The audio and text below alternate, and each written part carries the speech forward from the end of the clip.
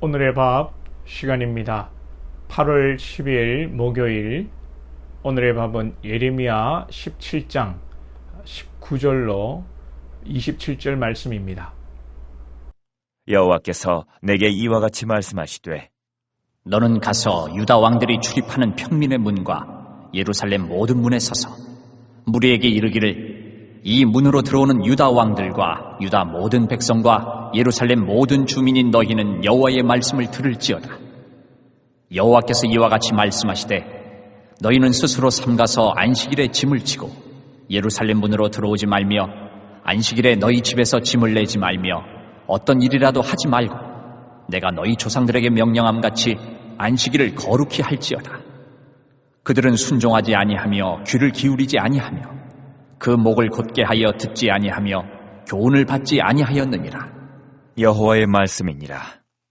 너희가 만일 삼가 나를 순종하여 안식일에 짐을 지고 이 성문으로 들어오지 아니하며 안식일을 거룩히 하여 어떤 일이라도 하지 아니하면 다윗의 왕위에 앉아있는 왕들과 고관들이 병거와 말을 타고 이 성문으로 들어오되 그들과 유다 모든 백성과 예루살렘 주민들이 함께 그리할 것이요 이 성은 영원히 있을 것이며 사람들이 유다 성읍들과 예루살렘에 둘린 곳들과 베냐민 땅과 평지와 산지와 네겝으로부터 와서 번제와 희생과 소제와 유향과 감사제물을 여호와의 성전에 가져오려니와 그러나 만일 너희가 나를 순종하지 아니하고 안식일을 거룩되게 아니하여 안식일에 짐을 지고 예루살렘 문으로 들어오면 내가 성문에 불을 놓아 예루살렘 궁전을 삼키게 하리니 그 불이 꺼지지 아니하리라 하셨다 할지니라.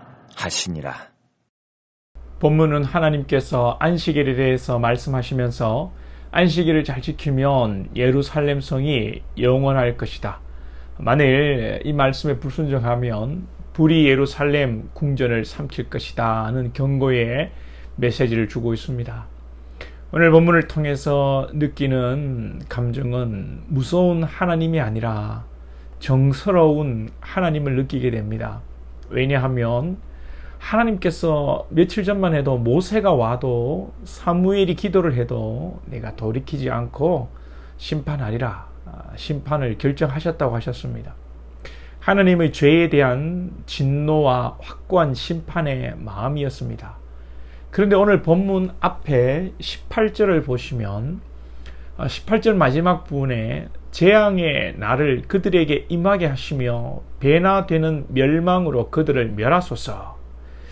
예레미야가 선지자 사역이 힘들고 또 자신을 향한 핍박을 견디지 못하고 힘들어서 그런지 이스라엘에 대해서 유다에 대해서 저주를 퍼부어 버립니다. 하나님 2배로 멸망하게 하옵소서.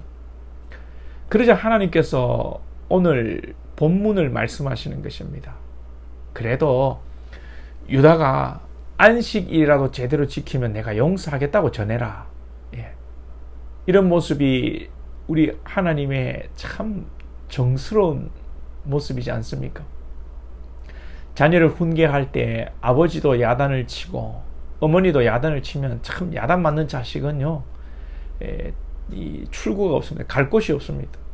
근데 아버지가 호되게 야단 치면 어머니가 옆에서 아버지를 뜯어 말리고 또 자식을 달래고 그러지 않습니까? 그걸 뭐 교육학적으로 옳으니 틀리니 그런 걸 떠나서 우리 하나님의 마음이 오늘 그런 모습입니다. 정스럽기도 하시고 우리를 향한 사랑이 여전히 남아있고 끝까지 우리를 향한 하나님의 사랑, 우리를 향한 이 사랑의 마음을 엿볼 수 있지 않습니까? 하나님께서는 진노 중에도 긍휼을 잊지 않으시고 심판 중에도 하나님의 백성을 구원하시는 분이십니다. 그리고 우리 하나님은요 공평하십니다.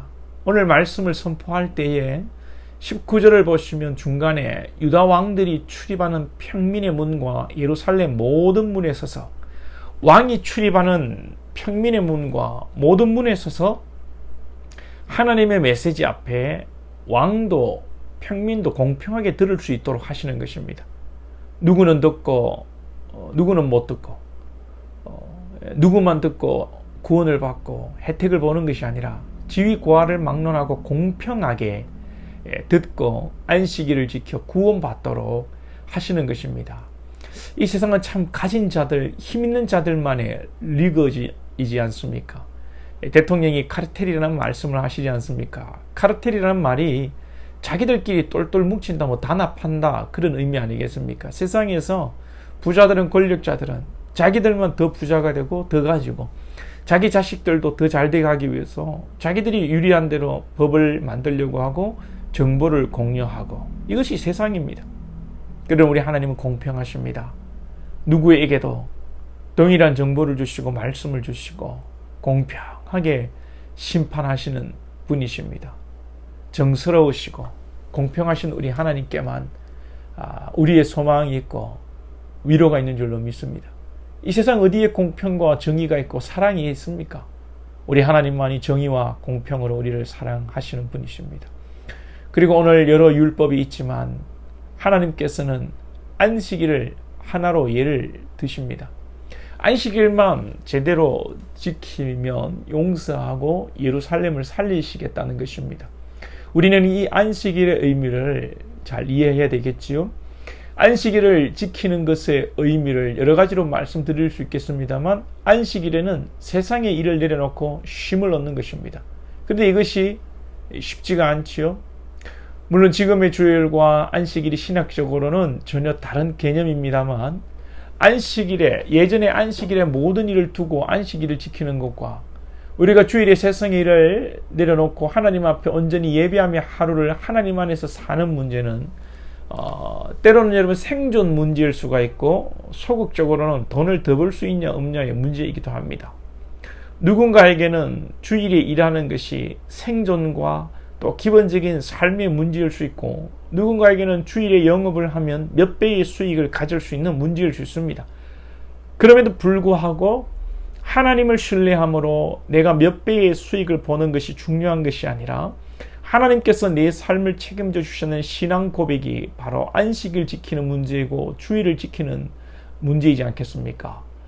그래서 전적으로 하나님을 의지하는 대표로 하나님께서 오늘 예레미야 서의 이 다른 곳에서는 볼 수 없는 안식일의 조건을 하나로 예시하시는 것입니다. 안식일의 주인도 예수님이시고 주일의 주인공도 주인도 예수님이십니다. 사실 하나님께서 요구하시는 신앙은 예수 그리스도를 믿음으로 그 안에서 평강을 누리고 구원의 하나님을 경험하고 하나님만 의지하라는 것입니다. 오늘 하루도 사랑 많으신 우리 하나님, 정 많으신, 정스러우신 우리 하나님 만나시고 주님과 동행하시기를 축복합니다. 기도드립니다. 하나님 아버지 감사합니다. 오늘 또 하나님의 그 사랑, 우리를 향한 하나님의 그 사랑으로 우리에게 구원의 길을 여시고 용서의 길을 여시고 다시 한번 우리에게 또 진노 중에 긍휼을 베푸시는 아버지의 마음, 친정아버지와 같은 그런 아버지의 마음을 느낍니다.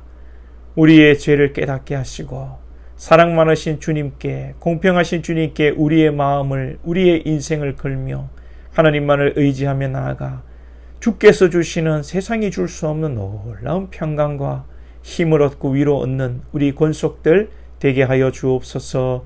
예수님의 이름으로 기도하옵나이다. 아멘.